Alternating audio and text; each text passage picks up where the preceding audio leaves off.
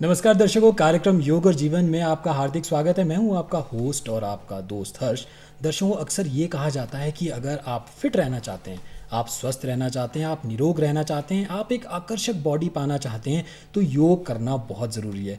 दर्शकों, आज हम योग और जीवन कार्यक्रम में जानने वाले हैं कि योग करने से कैसे रह सकते हैं हम निरोग। और इस कार्यक्रम में आज हमारे साथ स्टूडियो में मौजूद है दो खास मेहमान। मेरे साथ मौजूद हैं 3 बार के विश्व विजेता योग एक्सपर्ट अजय कुमार शर्मा जी। सर, आपका इस कार्यक्रम में स्वागत है। जी नमस्कार, सभी दर्शकों को मेरा नमस्कार। जी दर्शकों, जैसा कि आप जानते हैं, कार्यक्रम योग और जीवन में हम सिर्फ योग की बात नहीं करते, हम आपको योग करना भी सिखाते हैं और खुद भी योग करते हैं। तो हमारे साथ हमारे स्टूडियो में हमारी इन हाउस योग इंस्ट्रक्टर भी मौजूद हैं, रजनी शर्मा जी। रजनी शर्मा जी, आपका भी इस कार्यक्रम में बहुत बहुत स्वागत है। तो दर्शकों, आज हम बातचीत कर रहे हैं कि करें योग और रहें निरोग। सर, हम योग के ऊपर बातचीत कर रहे हैं कि योग करने से कैसे हम निरोग रह सकते हैं। तो सबसे पहले तो मैं आपसे ये जानना चाहूँगा कि जब हम योग की बात करते हैं, योग है क्या, योग करने से क्या फ़ायदे हमें? जी, क्योंकि यदि योग की बात चलती है तो हमारे स्वास्थ्य से जुड़ा हुआ एक विषय है ये। तो यदि योग को हम छोटी सी एक परिभाषा के रूप में उसको समझें तो ऋषि मुनियों के लिए योग जो है वो एक साधना है और आम जन के लिए योग जो है वो एक नित्यकर्म क्रिया है। और यदि हम रोगी की बात करें, रोगियों की बात करें, तो उनके लिए योग एक औषधि है जी। इसीलिए यदि हम इसको बिल्कुल आप बिल्कुल स्वस्थ हैं तो हम ऐसे भी कह सकते हैं कि योग तन से मन को, मन से आत्मा को और आत्मा से परमात्मा को जोड़ने का एक साधन है। जी बिल्कुल, बहुत आपने सही जिक्र किया कि योग कहीं ना कहीं आपकी फिजिकल बॉडी को भी रिलीफ देता है और कहीं ना कहीं मेंटली भी आपको काफ़ी रिलीफ देता है। तो अजय कुमार शर्मा जी, मैं ये जानना चाहूँगा कि कुछ लोग ये कहते हैं कि जो योग हैं और योग आसन है वो सिर्फ फिट लोग ही कर सकते हैं, वो सिर्फ जवान लोग ही कर सकते हैं। तो ये कितने हद तक ये सच है या झूठ है? जी, ऐसा नहीं है। योग जो है वो सभी जन कर सकते हैं, चाहे बच्चा है, चाहे नौजवान है, चाहे बूढ़ा है। लेकिन योग को करना कैसे है, ये मुख्य विषय है। क्योंकि अमूमन समझा जाता है कि योग और व्यायाम ये अलग अलग विषय हैं, व्यायाम को ही योग समझ लेते हैं, लेकिन ऐसा नहीं है। योग में हम स्थिर रहते हैं, क्योंकि गीता में कहा है योगा कर्मसु कौशलम। क्योंकि जब अर्जुन बिल्कुल युद्ध क्षेत्र में शोकाग्रस्त हो गया तो उस वक्त ध्यान योग की बात की गई जी। और श्री कृष्ण ने यही बात कही कि नहीं अर्जुन, अपने लक्ष्य की तरफ आगे बढ़ो और जो भी, क्योंकि पाप पुण्य की तरफ ध्यान नहीं देना है, जो भी होता है वो ठीक होगा, क्योंकि फल जो है वो अपने आप मिलेगा। तो ध्यान योग की बात की गई थी। अष्टांग सूत्र में 8 सूत्र हैं। 8 सूत्र में यम, नियम, आसन, प्राणायाम, प्रत्याहार, धारणा, ध्यान और समाधि, वहाँ पर ध्यान की बात की गई है। तो इस तरीके से हम इसको ले सकते हैं, क्योंकि इसमें आसन और प्राणायाम के ऊपर मुख्य रूप से चर्चा की जाती है। जी सर, जैसा कि हमारा कार्यक्रम है योग और जीवन, जहाँ पे हम योग करना भी सिखाते हैं और आप लोगों की मदद से हम लोग भी थोड़ा योग के बारे में सीखते हैं। और जैसा मैंने अपने दर्शकों को बताया कि हमारे साथ हमारी इन हाउस योग इंस्ट्रक्टर रजनी शर्मा जी भी हैं। तो सर, जब हम योग की बात करते हैं तो पहले योग से पहले क्या कोई वार्म अप भी किया जाता है? जी बिल्कुल, क्योंकि योग ऐसी विधा है, उसके लिए सबसे पहले जब आप योग करने लगेंगे तो योग के लिए आपका शरीर तैयार होना चाहिए। जी। तैयार होने के लिए हमारे पास, क्योंकि वक्त की निज़ाकत को देखते हुए हमारे पास जो है वो, यदि हम अपने 2 से 3 मिनट या 5 मिनट तक यदि हम अपने लिए निकाल लें तो हम अच्छे तरीके से अपने आप को जो है वार्म अप कर सकते हैं। तो सर, वार्म अप में कौन कौन सी चीज़ें कर सकते हैं? हाँ, वार्म अप में कुछ एक आसन हैं, जो 12 आसन हैं, उनको हम ले सकते हैं। लेकिन 12 भी नहीं कर सकते हैं, आप 8 से 9 भी करेंगे तो वो आपके लाभप्रद रहेंगे। जी, सबसे पहले ऐसा होगा कि आप सबसे पहले धीरे धीरे से अपने पैर के पंजों के ऊपर और हाथों को कमर के साथ सटा करके धीरे धीरे से आप जो है वो जोगिंग के बिल्कुल स्टेप जो है शुरू कर सकते हैं। जी। यदि आप उम्र में ज़्यादा वृद्ध है तो आप धीरे धीरे करिए। नौजवान हैं, क्योंकि नौजवानों के लिए तो बिल्कुल एनर्जेटिक होना बहुत ज़रूरी है, तो उनके लिए वो तेज़ी के साथ कर सकते हैं इसको। जी। और जैसे कि आपने जिक्र किया कि जॉगिंग की जाती है, तो कहीं ना कहीं मुझे ये लग रहा है कि वार्म अप शायद हर एक्सरसाइज के लिए काफ़ी ज़रूरी है, चाहे योग की बात करें, चाहे हम जिम की बात करें। तो ये जो जॉगिंग की जो एक्सरसाइजेज आप बता रहे हैं, इसमें और कौन कौन सी एक्सरसाइजेज हैं? जी, इसमें चेयर आसन होता है, इसमें त्रिकोण आसन होता है, लेकिन जैसे हमारे प्रदर्शिका हमारे बता रही है उसमें, क्योंकि जैसे हम चेयर योग, आप देख रहे हैं कि चेयर जैसी हमारी स्थिति जो है वो बन रही है, हाथ कमर के ऊपर है और हमारी टांगें जो हैं वो, घुटने जो है वो बिल्कुल फोल्ड हो रहे हैं। तो इस तरीके से करने से होगा क्या, इससे हमारे घुटनों में फ्लेक्सिबिलिटी आएगी, हमारा थाई पार्ट, हमारी पिंडलियाँ जो है वो बिल्कुल ही फ्लेक्सिबल होंगी, क्योंकि हमारा बॉडी जो है वो स्टिफनेस से फ्लेक्सिबिलिटी के ऊपर लाना ही योग होता है। जी, मतलब आप शुरुआत करें अपनी योग से पहले आप ये सारी एक्सरसाइजेज करें। और कौन सी इसमें एक्सरसाइज है? वैसे मैं एक बात बता देना चाहता हूँ कि ये एक्सरसाइज व्यायाम योग नहीं है। योग में स्थिर रहना आवश्यक है। तो स्थिर का मतलब है कि उसमें टाइमिंग देनी पड़ती है, और वार्म अप में आप जो है वो आप टाइमिंग ले सकते हैं उसमें, लेकिन जैसे ही आप आसनों में जाएंगे तो आसनों में आपको रुकना पड़ेगा। जी, तो जैसे आप देख रहे हैं कि त्रिकोण आसन, जैसे लेफ़्ट से राइट, राइट से लेफ़्ट, इस तरीके के आसन जो है वो आप रोज़ाना करेंगे तो इनका लाभ आपको मिलेगा, क्योंकि कमर हमारी कमरा नहीं बननी चाहिए जी। कमर हमारी पतली होनी चाहिए, देखने में सुंदर होनी चाहिए, तभी आप, कहा गया है 36 32 36 का आंकड़ा, तो वही बात है कि 36 32 32 हमारी कमर होनी चाहिए। इससे ऊपर अगर यदि आपकी कमर होती है तो वो समझ लो कि नुकसानदायक है। जी, और बिल्कुल हमारे योग और जीवन के कार्यक्रम का मकसद भी ये है कि जो कमर है वो 36 पे ना जाए, वो जितना हो सके कम होती जाए, 32 के ऊपर आनी चाहिए। जी बिल्कुल। और आपने जिक्र किया वार्म अप के ऊपर, तो वार्म अप कितनी देर करना चाहिए और वार्म अप करने के बाद आपको क्या करना है? जी, जब आप वार्म अप करते हैं तो कम से कम भी 3 से 5 मिनट, इससे ज़्यादा जाने की जरूरत नहीं है, क्योंकि 3 से 5 मिनट में हमारी बॉडी तैयार हो जाती है।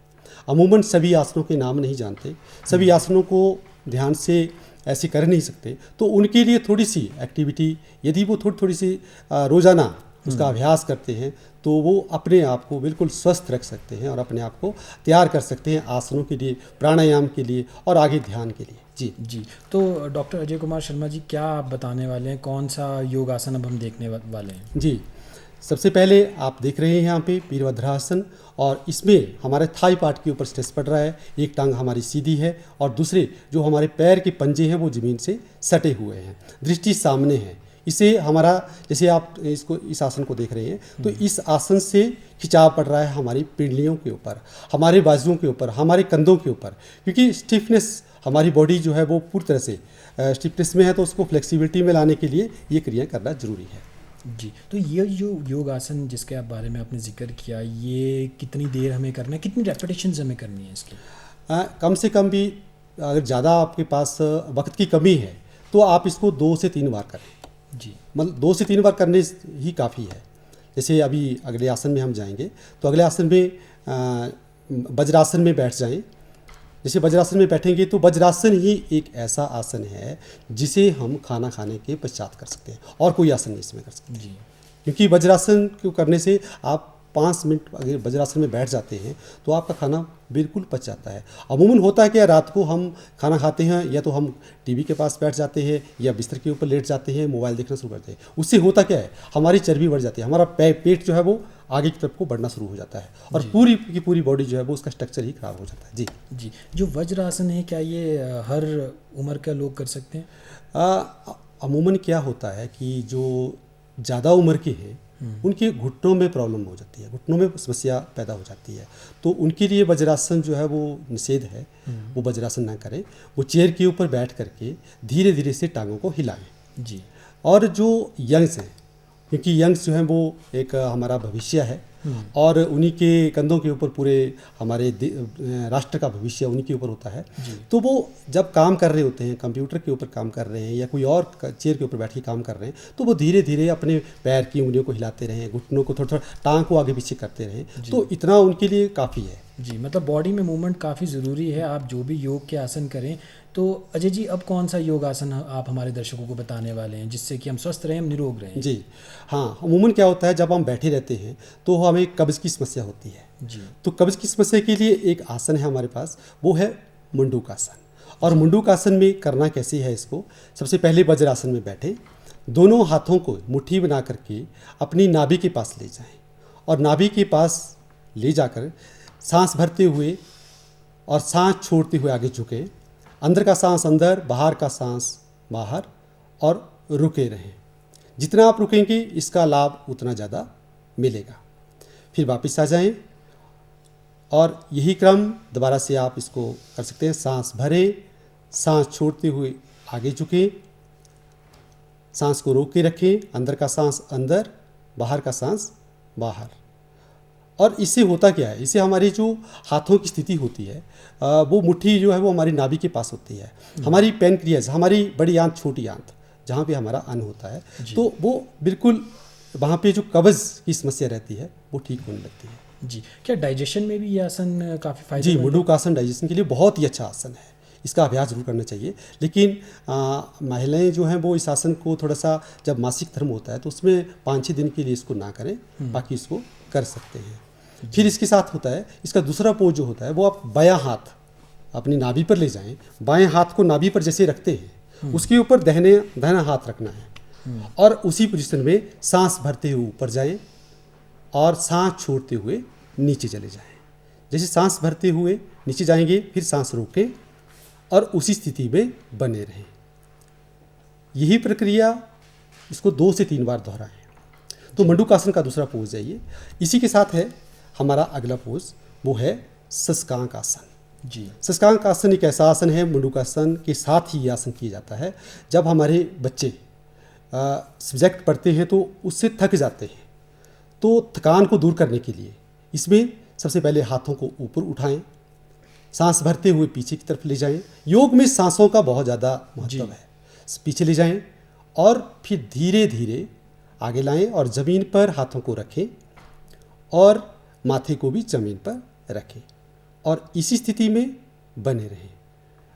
यदि स्टार्टिंग में आप इसकी काउंटिंग करते हैं 5 तक, तो इसी स्थिति में आप दोबारा से हाथों को पीछे ले जाएं, सांस भरते हुए धीरे धीरे आगे आ जाएं और ज़मीन पर, माथा ज़मीन पर रखें। तो इसको करने से एक तो हमारे पेट के ऊपर दबाव पड़ेगा, दूसरा हमारा जो माइंड है वो बिल्कुल रिलैक्स हो जाता है। तो स्टूडेंट को ये जरूर करना चाहिए। जी, बहुत ही अच्छा एक आसन है ये शशकांक आसन। इसका बहुत ही लाभप्रद इसको हम आसन को कह सकते हैं। जी। अजय जी, जितने भी आसन हैं ये करने कब चाहिए? क्योंकि कई बार हम देखते हैं कि कुछ लोग सुबह करना पसंद करते हैं, कुछ लोग शाम को योगासन करना पसंद करते हैं। तो योगासन की जो भी विधियां हैं, जितने भी योगासन, ये करने कब चाहिए? एक्चुअली में हमारी जो दिनचर्या है ना वो बिल्कुल ठीक होनी चाहिए। और आसनों की बात आपने की, बहुत अच्छी बात की, क्योंकि ये बहुत ज़रूरी है कि कब करना है। ऐसा नहीं कि दोपहर में करना शुरू कर दो। इसके लिए सुबह का वक्त बहुत अच्छा होता है, सुबह का मौसम अच्छा होता है, ऑक्सीजन होती है और उसमें वातावरण बिल्कुल स्वस्थ होता है। तो सुबह के वक्त करेंगे, पेट हमारा खाली होता है तो सुबह के वक्त करते हैं तो इसका बहुत ज़्यादा लाभ इसका सुबह के वक्त मिलता है। लेकिन यदि आप शाम को भी इसकी प्रैक्टिस करते हैं, इसका अभ्यास करते हैं, तो शाम के वक्त जब आप करेंगे तो कम से कम भी खाना खाए हुए आपको 3 से 4 घंटे इसमें होना बहुत ज़रूरी है। जी, पेट आपका थोड़ा सा खाली रहे, तभी कोई भी आसन है उसका लाभ आपको मिल पाएगा। जी। अजय जी, आप इतने फिट हैं, 3 बार के आप योग विजेता हैं, विश्व विजेता। हमारे जो इन हाउस योग इंस्ट्रक्टर हैं वो भी इतने ज़्यादा फिट हैं। सिर्फ फिट मैं ही नहीं हूँ, मैं एक चीज़ से जूझ रहा हूँ, वो है मोटापा, और मैं चाहता हूँ कि मैं भी आप लोगों की तरह फिट हो जाऊँ। बहुत सारे ऐसे दर्शक हम अभी देख भी रहे हैं जो मोटापे से पीड़ित हैं। और तो मोटापे के लिए कौन सा कोई योगासन आप हमारे दर्शकों को स्पेशल बताएं? जी, मोटापे के लिए खड़े हो जाएं। और उसमें होता क्या है, जैसे आप खड़े होंगे तो खड़े होकर के इसमें कटी चक्रासन, या फिर आप दोनों हाथों को एक लयबद्ध तरीके से साइड को लेंगे, लेफ्ट राइट सांसों के क्रम के साथ, और पैरों को मिला के रखें और इस तरीके से थोड़ी सी उछाल आपने देना है और इस तरीके से आप इसको करेंगे तो इसके कम से कम भी आप 25 से 30 बार इसे करें तो इससे जो है वो काफ़ी लाभ मिलता है। फिर आता है, इसके साथ आता है कटी चक्रासन। कटी चक्रासन जो करना है वो आप बाईं तरफ घूमें, हाथ को पीछे ले जाएं, पीछे की तरफ जैसे आप ले जाएंगे तो आपकी कमर के ऊपर स्ट्रेस पड़ेगा और दूसरा हाथ आपकी कंधे पर जाएगा इस तरीके से, और कंधे के ऊपर जाएगा और दृष्टि आपकी पीछे जाएगी। तो ये बहुत ही अच्छा, जैसे आप देख रहे हैं, तो इससे कमर जो है, कर रहा हूँ इसको, जी बिल्कुल, तो पकड़ नहीं पा रहा। हाँ, तो इसको इस तरीके से आप ऐसे करेंगे तो इसका लाभ बहुत ज़्यादा मिलता है। दोनों तरफ से इसको करें और इसको कम से कम भी 5 से 10 बार रोजाना ऐसे करें जी। और फिर बाद में आप इसको घुमा सकते हैं, आपके पैर जो है वो पूरी तरह से भी घूम सकते हैं जी। अजय जी, कई बार ये भी होता है कि कुछ लोग इतने ज़्यादा उनको मोटापा होता है कि वो ढंग से चल भी नहीं पाते। आप देखते भी होंगे, इतना उनका पेट भी बढ़ जाता है, थाइज भी बढ़ जाती हैं, पूरी बॉडी बढ़ जाती है। तो क्या आप चेयर पे बैठ के भी कुछ इस प्रकार का कोई योगासन कर सकते हैं जिससे थोड़ा आपको रिलीफ मिले? जी, इसके लिए बहुत ज़्यादा ज़रूरी है कि आप जब चेयर के ऊपर बैठे होते हैं तो अपनी बॉडी को मूवमेंट में रखें। जी आप पैर की उंगलियों को हिलाते रहें। जी साथ में आप घुटनों के पास थाई पार्ट है उसको थोड़ा सा खिंचाव ऐसे से आप रखें जी अंदर की तरफ को। जी उससे क्या होगा, उससे हमारी जितनी भी पिंडलियां हैं, जितनी भी हमारी नस नाड़ियां हैं, हमारे शरीर में 72,72,10,710 नस नाड़ियां हैं और ये सारी की सारी एक्टिव होनी चाहिए। और जब एक्टिव नहीं होंगी तो उसमें स्टिफनेस आ जाएगी। तो इसलिए इसको थोड़ा सा खिंचाव रखें। जब भी आप ऑफिस में बैठे हैं थोड़ा हाथों को ऊपर ले जाएं, इस क्रम में ले जाएं ऊपर को, और थोड़ा सा साइडों को इस तरीके से टहलें।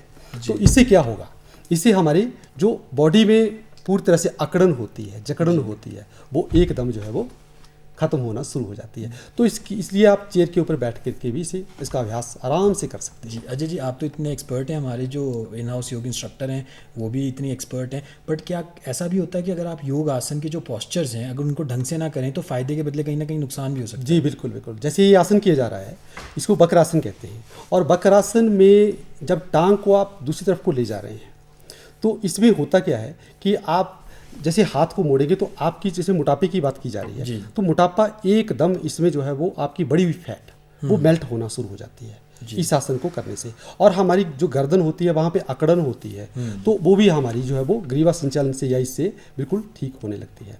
तो इसको योग को टाइमिंग बहुत ज़रूरी है इसके लिए, सबसे ज़्यादा जो है वो इसको टाइमिंग की बात की गई है कि समय जो है वो इसको देना पड़ता है और रुकना पड़ता है। जी ये मेन बात है। बिल्कुल।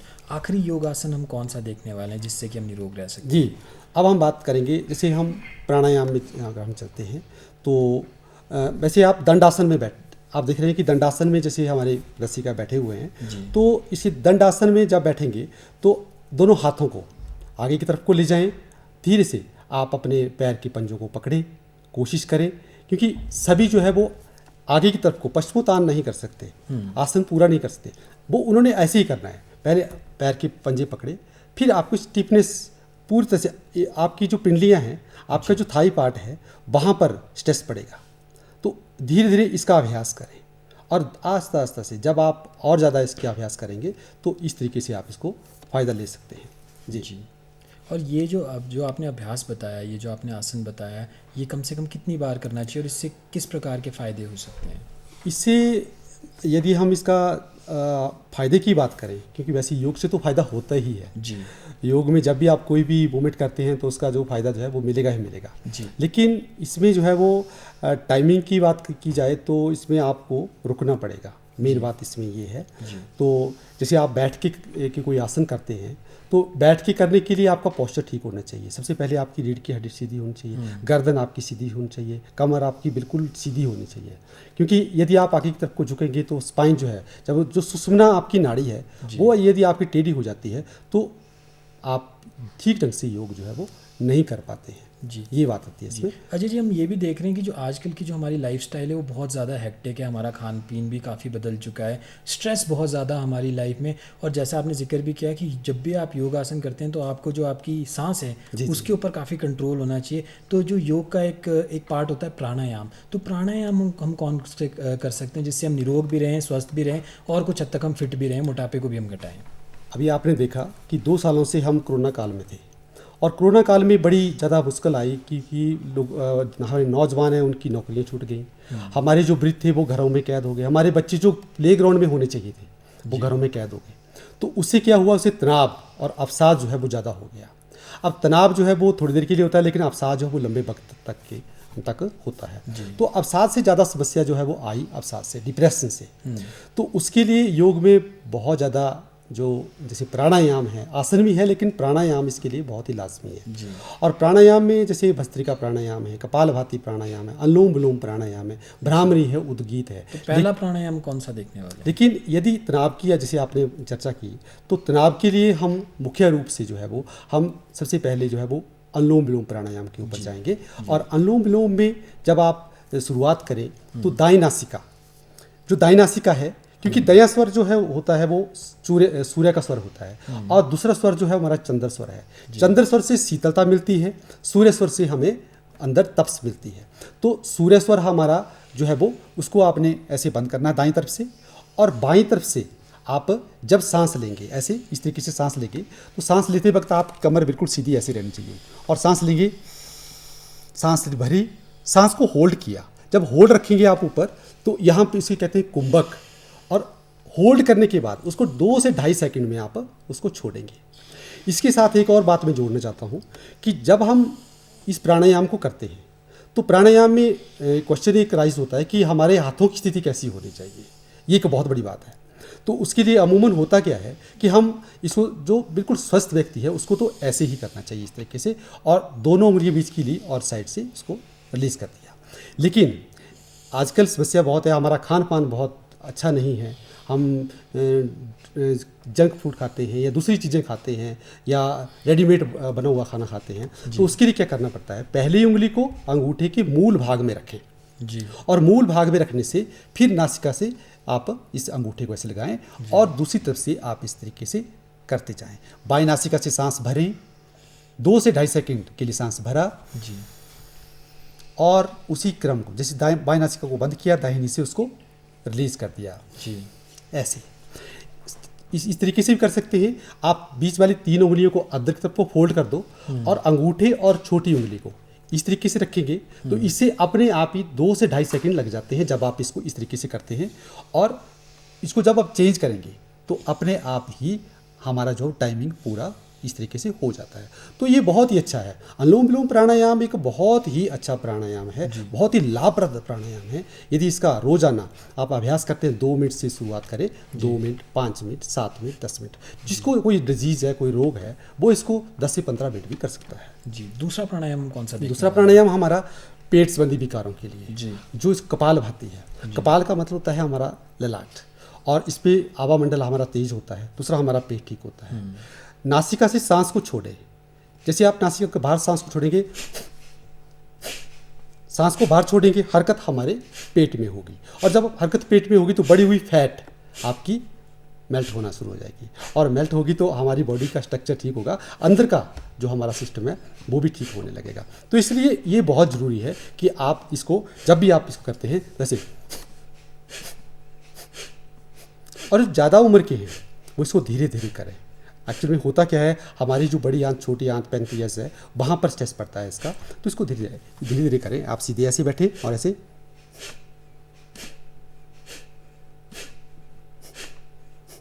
ऐसे, और उससे क्या होता है, हमारी बॉडी में सेंसेशन होती है, वाइब्रेशन उठती है, और सारे के सारे सेल जो है वो दोबारा से रिचार्ज होने लगते हैं, रीजनरेट होने लगते हैं। तो ये बहुत ही लाभप्रद है, इसको आप हम इस तरीके से कर सकते हैं। और अजय जी, क्या इसको कुर्सी पे बैठ के भी कर सकते हैं? जी जैसे अभी बिल्कुल, तो हम बिल्कुल। कर ही रहे आप हैं। गाड़ी में ट्रैवल कर रहे हैं, आप ऑफिस में बैठे हुए हैं, तो इसको आप बड़े आराम से जब भी आपको वक्त मिलता है आप इसका अभ्यास कीजिएगा। अगला प्राणायाम कौन सा? अगला प्राणायाम हमारा आता है भ्रामरी प्राणायाम। बहुत ही अच्छा प्राणायाम, तनाव से हटने के लिए बहुत अच्छा प्राणायाम है। तो यदि इसका अभ्यास हम इस तरीके से करते हैं तो इसका बहुत ज़्यादा लाभ मिलते हैं। करना कैसे है, पहली उंगली माथे पर ले जाएं, 2 उंगलियां आंखों पर रखें, अंगूठे से कान बंद करें और सांस भरें अपने मुंह में, और उसमें ध्वनि निकालें, ओम का उच्चारण करें। ओम का उच्चारण करने से अंदर पूरी तरह से वाइब्रेशन होगी हमारे शरीर में, और हमारी जितनी भी ग्रंथियां हैं हमारे मस्तिष्क में, वो सारी की सारी जो है वो उनमें लाभ पहुंचने लगता है। तो इसको भी हम 2 से 3 बार, जी, अगर आप रोगग्रस्त हैं तो इसको 5 से 7 बार इसको करें तो ये बहुत लाभप्रद रहता है। इसके पश्चात आता है लास्ट में हमारा उद्गीत। जी, उद्गीत जो है वो ओम का उच्चारण है। इसमें आप सीधे बैठें, जी, और सीधे बैठने के पश्चात कमर गर्दन सीधी और ओम का उच्चारण करें।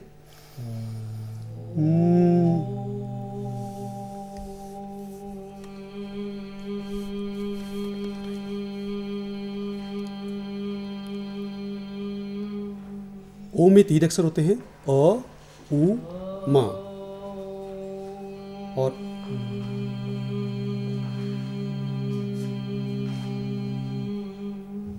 जी। जी।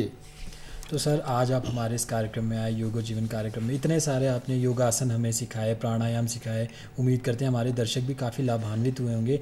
अजय शर्मा जी और हमारी जो योग प्रशिक्षिकाएँ हैं रजनी शर्मा जी, आप दोनों इस कार्यक्रम में उसके लिए बहुत बहुत शुक्रिया। जी नमस्कार, बहुत बहुत धन्यवाद आपका। तो दर्शकों, आज के कार्यक्रम में बस इतना ही। अब मुझे दीजिए इजाज़त। नमस्कार।